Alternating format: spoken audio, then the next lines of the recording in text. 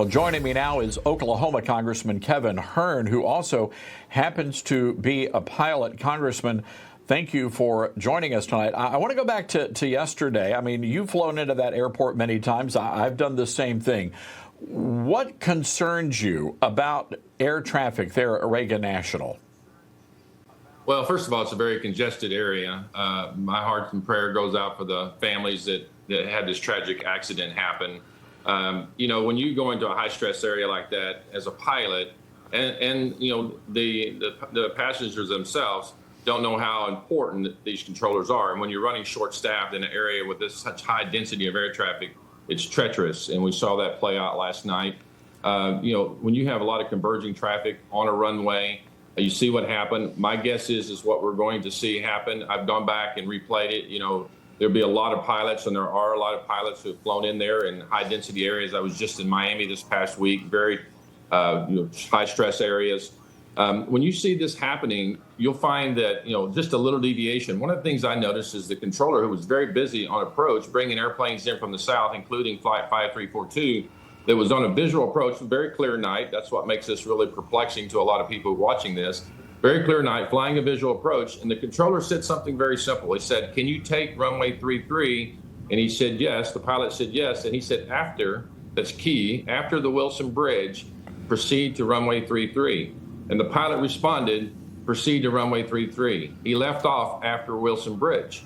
And the reason that's important is because his flight path took him out over land farther than he would have otherwise, which when the pilot did that, he kind of took it out of normal field of view of a visual approach into that runway, and the helicopter probably looked downstream when the tower called out and saw the other airplane coming in and never saw the airplane that actually was involved in the accident off to his left. So you're going to find a lot of human error in this, and the stress built up was having no personnel in the tower. That's a big problem. I want to get to that, and we'll get back to that in just a second. But I'm curious about the aircraft. My understanding is the airplane and the helicopter, the Black Hawk, should have had some sort of a collision warning system on board. Is that accurate? And do you know if those were actually activated? Yeah, they have them. I have it on my plane. The problem is when you get into that proximity of an airport that close, the traffic alert goes off, and it's what's called a resolution alert, which gives you the area to fly to for safety. The problem is for a jet aircraft that's flying on a descent, they're pulled their engines almost back to idle. I calculated their closure rate between the helicopter and the jet was somewhere around 1 mile in about 12 seconds. So you think about how hard it is to see something in the sky that low and can not be confused with other lights and other airplanes landing and make a correction. The problem is it takes a jet a real long time to spool back up to climb.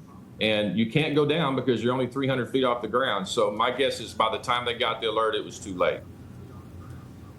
Any indication, are they telling you folks up in Congress why there was only one person in that air traffic control tower?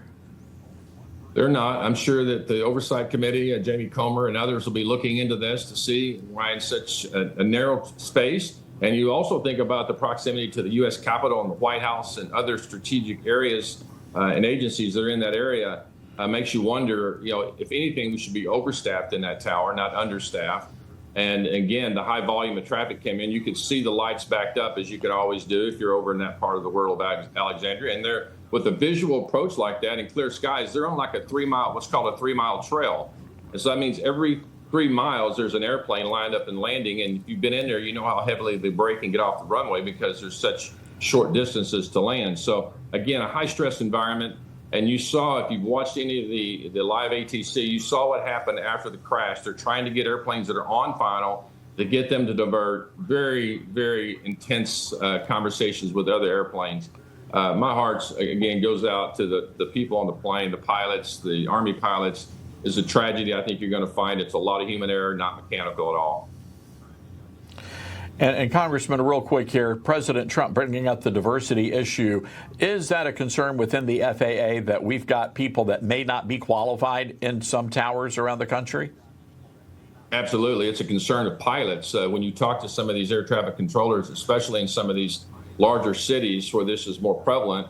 I live in Tulsa, Oklahoma. We know our air traffic controllers, many of them. We've met with them personally, very competent people, been around a long time. But that's not the way it is in some of these other cities where you just listed out some of their requirements for hiring. It said nothing about their capabilities for reasoning high intense and stressful situations. As pilots, we know how important control tower personnel are, and certainly in these high density areas. It's the difference between life and death, as we saw last night. Yeah, Congressman, we've got to leave it there. Thank you for coming on Newsmax tonight. Appreciate it. Thanks for having me.